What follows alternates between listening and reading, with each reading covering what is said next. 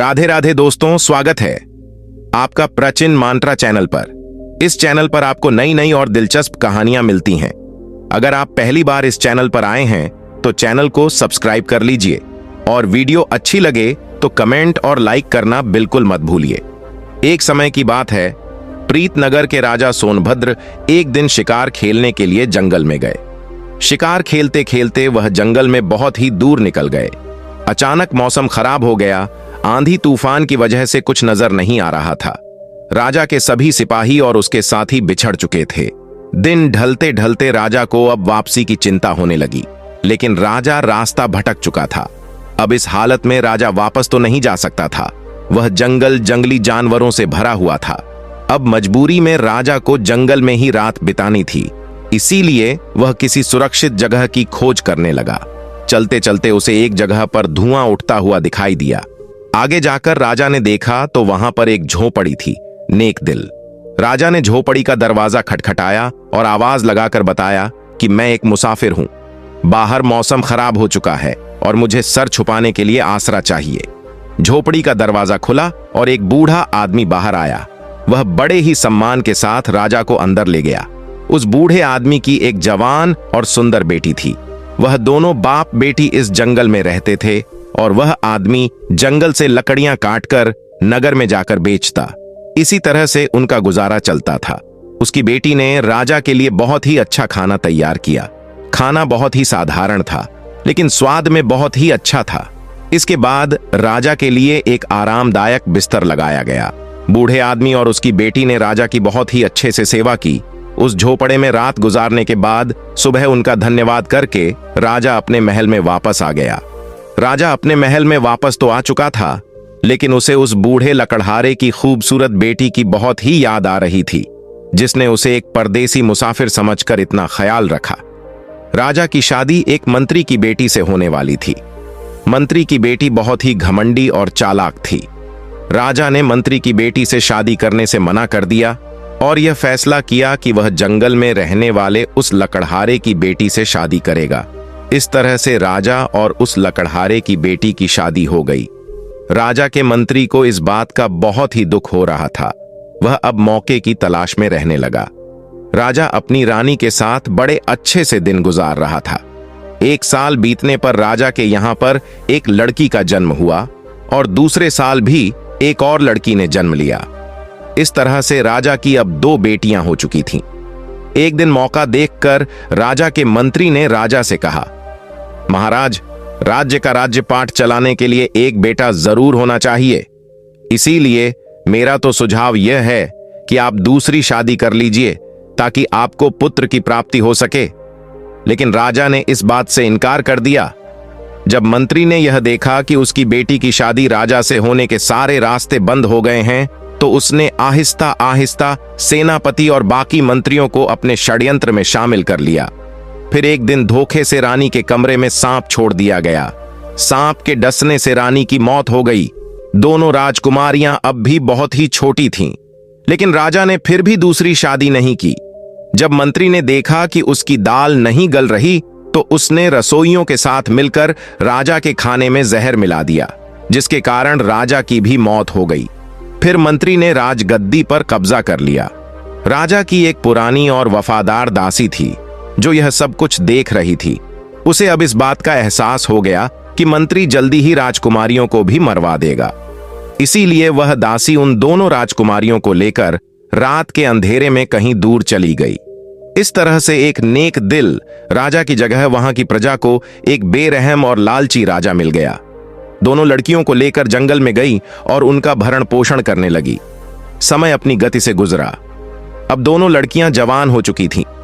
इसी दौरान एक दिन नौकरानी बहुत ही सख्त बीमार हो गई। जब उसने अपनी मौत को नजदीक देखा तो दोनों लड़कियों को अपने पास बुलाया और उन्हें बताया कि असल में वह दोनों राजकुमारियां हैं और उनके मां बाप के साथ क्या हुआ, वह सब भी राजकुमारियों को बताया। इसके बाद उस नौकरानी की मौत हो गई। नौकरानी के मरने के बाद दोनों लड़कियां बिल्कुल अकेली हो गईं। वे दोनों अपने माता पिता को याद करती और बहुत ही रोती, लेकिन अब कुछ नहीं हो सकता था। यूं ही दिन गुजर रहे थे। एक दिन की बात है, एक राजकुमार जंगल में शिकार खेलने के लिए आया। राजकुमार का एक दोस्त भी उसके साथ था। वह दोस्त मंत्री का बेटा था। राजकुमार ने जंगल में 2 तीरों का शिकार किया और फिर अपने दोस्त को उसका मांस पकाने के लिए कहा। खुद राजकुमार एक घने पेड़ के नीचे आराम करने लगा।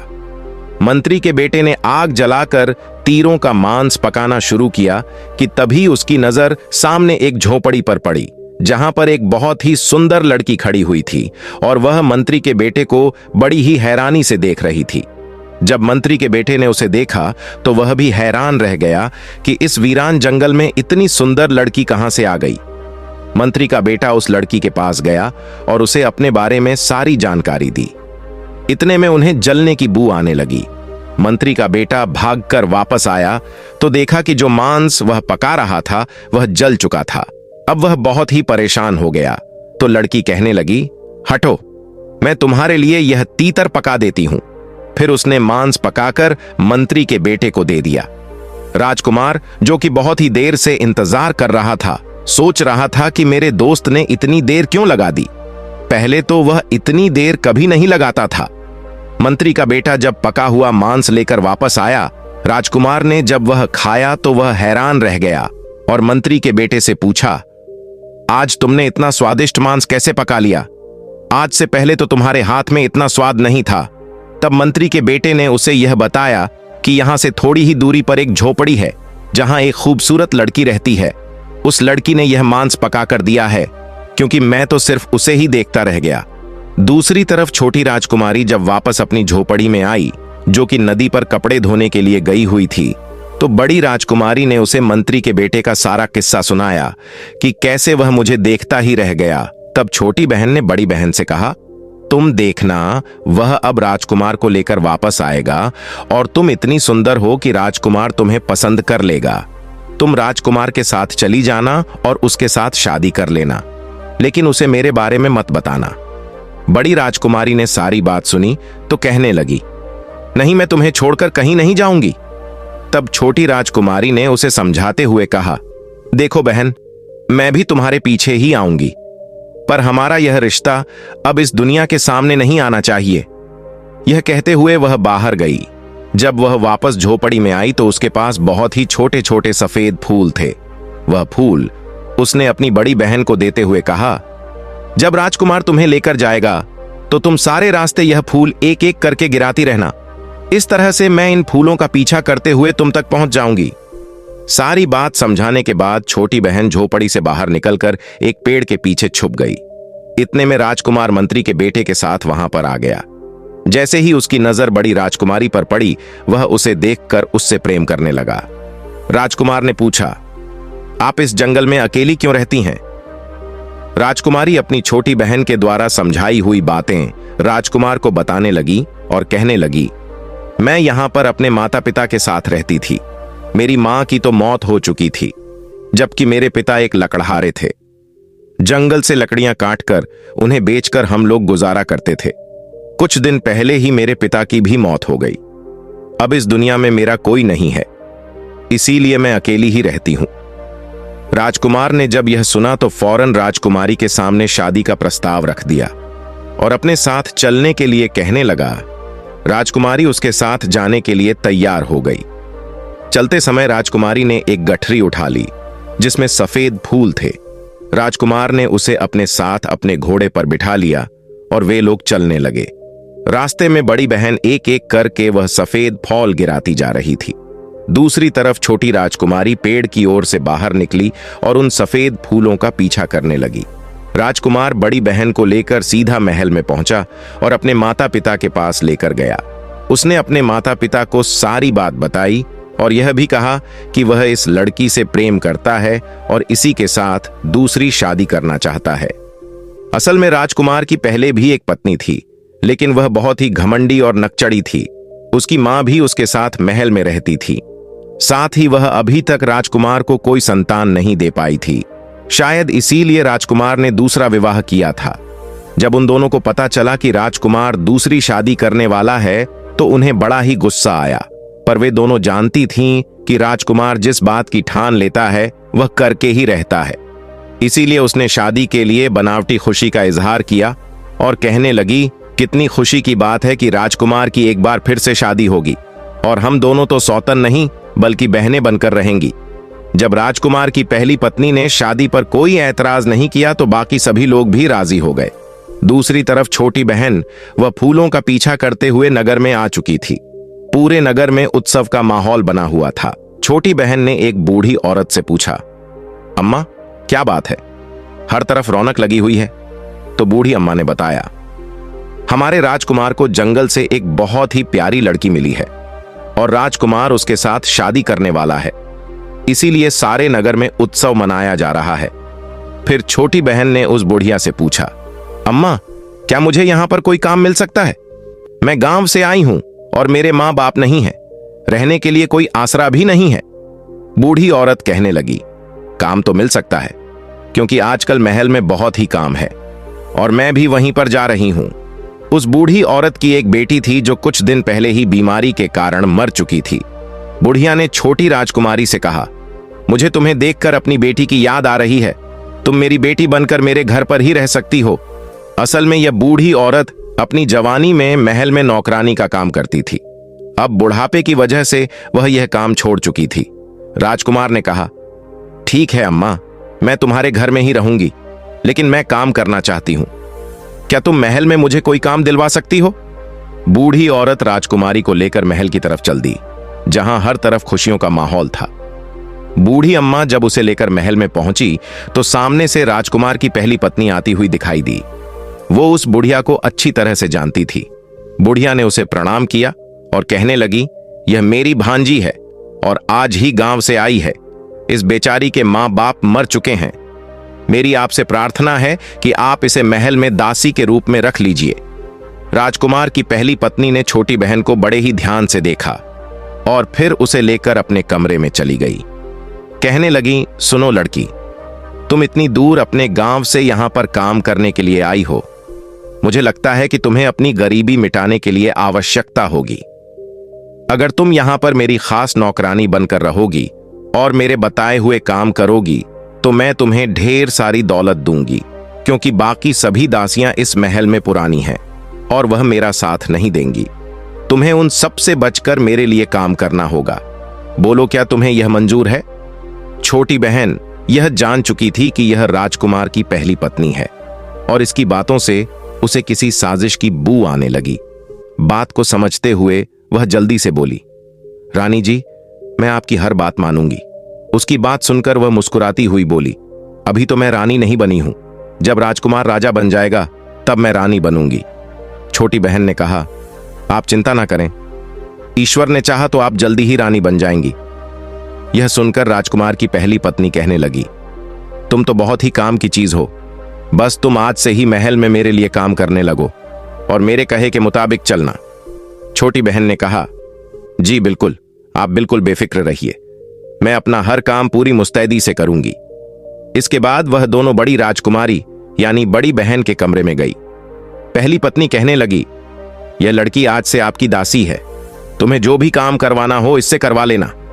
अब बड़ी बहन ने जब अपनी छोटी बहन को देखा तो बहुत ही खुश हुई और कहने लगी, आप कितनी अच्छी हैं। राजकुमार की पहली पत्नी कहने लगी, महल में मुझे बहुत सारे काम है, मैं जरा वह देखने जा रही हूं। उसके जाते ही दोनों बहनें एक दूसरे के गले लग गईं। छोटी बहन ने अपनी बड़ी बहन को यह सच्चाई नहीं बताई कि यहां महल में आकर उसे क्या काम करना है। 2 दिन के बाद राजकुमार की शादी बड़ी बहन के साथ हो गई। सभी लोग बहुत ही खुश थे, सिवाय राजकुमार की पहली पत्नी के। छोटी बहन हमेशा सारा दिन उसके साथ ही रहती और सोचती रहती कि दूसरी पत्नी से कैसे छुटकारा पाया जाए। कुछ दिनों के बाद बड़ी बहन गर्भवती हो गई। यह खबर राजकुमार की पहली पत्नी के लिए बहुत ही बुरी थी, क्योंकि अब तक वह राजकुमार को संतान न दे सकी थी। दूसरी तरफ राजा रानी और राजकुमार बहुत ही खुश थे। अब तो बड़ी बहन का और भी ज्यादा ख्याल रखा जाने लगा। इधर छोटी बहन राजकुमार की पहली पत्नी के साथ मिलकर यह सोचने में लगी हुई थी कि क्या किया जाए। अब छोटी बहन भी बहुत ही परेशान रहने लगी। एक दिन मौका देखकर उसने अपनी बड़ी बहन से कहा, हमें महल छोड़कर कहीं दूर चले जाना चाहिए।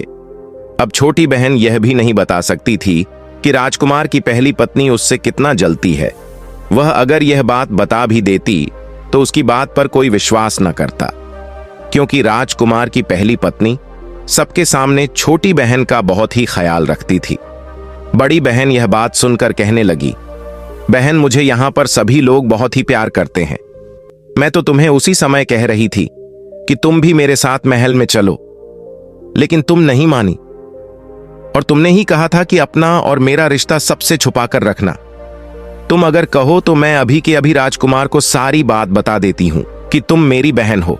पर अक्लमंद छोटी राजकुमारी जानती थी कि अब इस सच्चाई को बताने से सभी लोग उन्हें झूठा ही समझेंगे, सोचेंगे कि हमने जानबूझकर अपना यह रिश्ता छुपाया, और यह भी हो सकता है कि वे लोग हम दोनों बहनों को षड्यंत्रकारी या जासूस समझे। यह सब विचार करने के बाद छोटी बहन ने बड़ी बहन से कहा, नहीं, तुम अभी किसी को मत बताना। कुछ दिनों के बाद जब बच्चे के पैदा होने का समय हुआ, राजकुमार की पहली पत्नी ने दाई और छोटी बहन को बहुत सा धन देकर कहा कि जैसे ही बच्चा पैदा हो तुम उसको उठाकर मार देना और उसकी जगह पर बिल्ली का बच्चा रख देना। छोटी बहन कहने लगी, यह काम तो मेरे लिए बहुत ही आसान है। फिर जब बच्चे ने जन्म लिया तो दाई ने बेहोश मां यानी कि बड़ी रानी के पास से बच्चे को उठाया और छोटी बहन को दे दिया, और यह कहा कि इसे ले जाकर मार दो और उसकी जगह पर बिल्ली के बच्चे को रख दो। छोटी बहन ने जल्दी से बच्चे को कपड़े में लपेटा और छिप छिपाते पिछले रास्ते से अपने घर पहुंच गई। उसने बूढ़ी अम्मा को वह बच्चा देते हुए कहा, अम्मा, यह बच्चा मेरी बड़ी बहन का है, यह बात तुम किसी को मत बताना। इसे बकरी का दूध पिलाकर पालो, मैं शाम तक इसको आकर संभालती हूं। बूढ़ी अम्मा ने उससे कोई सवाल नहीं किया, क्योंकि वह बहुत ही जल्दी में थी। छोटी बहन जब महल में वापस आई तो देखा कि महल में कोहराम मचा हुआ था। दाई ने सबको यह बताया था कि राजकुमार की दूसरी पत्नी ने इंसान की जगह बिल्ली के बच्चे को जन्म दिया है। यह खबर सुनकर सब लोग हैरान थे और दुखी भी। बड़ी बहन रोती जा रही थी और कह रही थी कि यह सब झूठ है, लेकिन किसी ने उसकी बात नहीं मानी और ना ही उससे कोई बात कर रहा था। छोटी बहन ने एक बार फिर से अपनी बड़ी बहन को कहा, तुम मेरे साथ चलो, हम इस महल को छोड़कर अपनी दुनिया बसाएंगे। पर वह नहीं मानी और कहने लगी कि वह राजकुमार से बहुत ही प्यार करती है, इसीलिए वह राजकुमार को छोड़कर कहीं नहीं जाएगी। छोटी बहन रोते हुए वापस अपने घर आ गई और उसने बूढ़ी अम्मा को सारा किस्सा सुनाया। इस पर अम्मा ने कहा, बिटिया, अब जो होना था वह हो चुका, हम दोनों मिलकर इस बच्चे को पालेंगे। समय आने पर ईश्वर ने चाहा तो सब कुछ ठीक हो जाएगा। कुछ समय बीता। इस दौरान राजा की तबीयत खराब हुई और उसकी मौत हो गई। अब राजकुमार का राज तिलक कर दिया गया और उसे राजा बना दिया गया। अब राजपाट की सारी जिम्मेदारी राजकुमार और उसकी दोनों रानियों ने संभाल ली। एक बार फिर से बड़ी बहन गर्भवती हुई।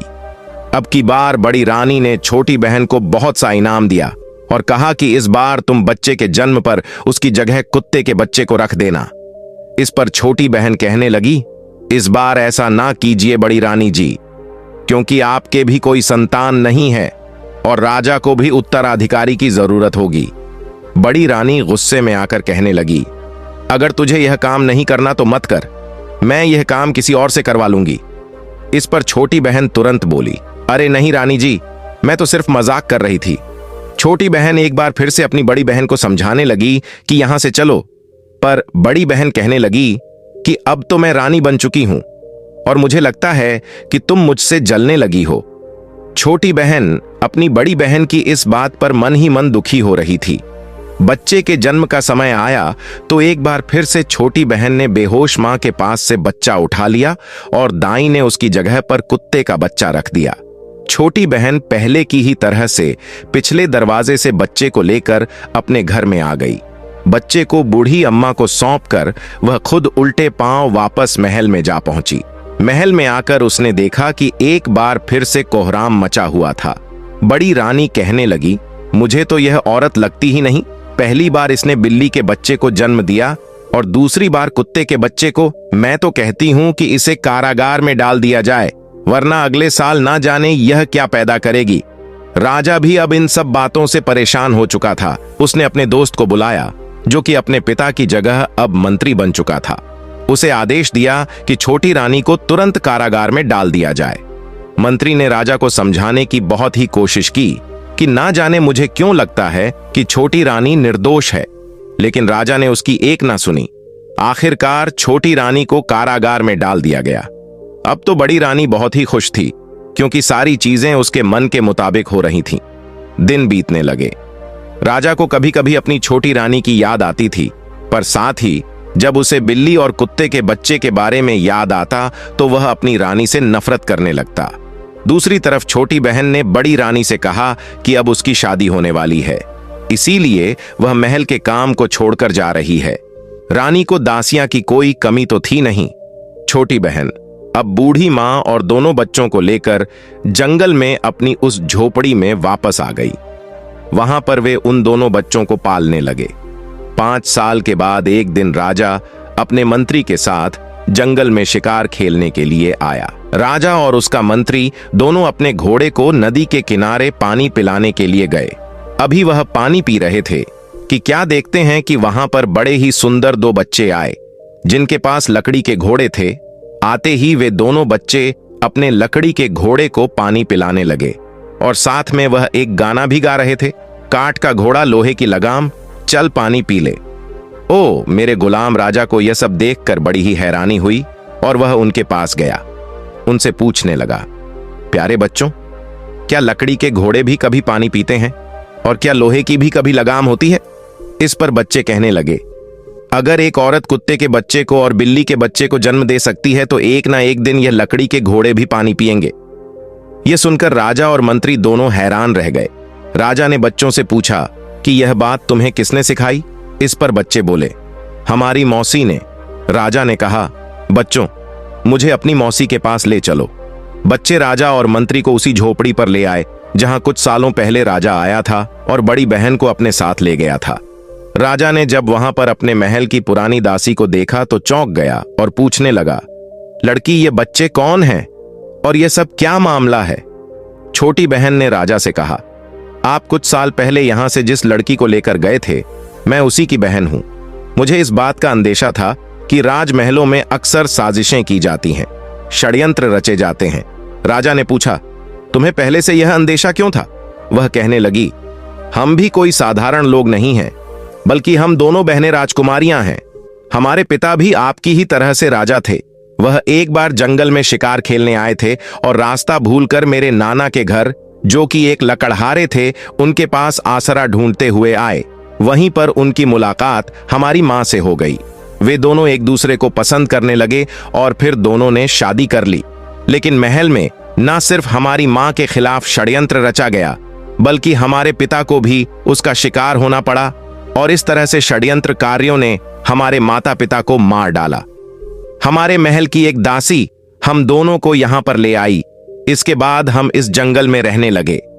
इसीलिए मैंने अपनी बहन से कहा था कि वह हमारे रिश्ते के बारे में किसी को ना बताए।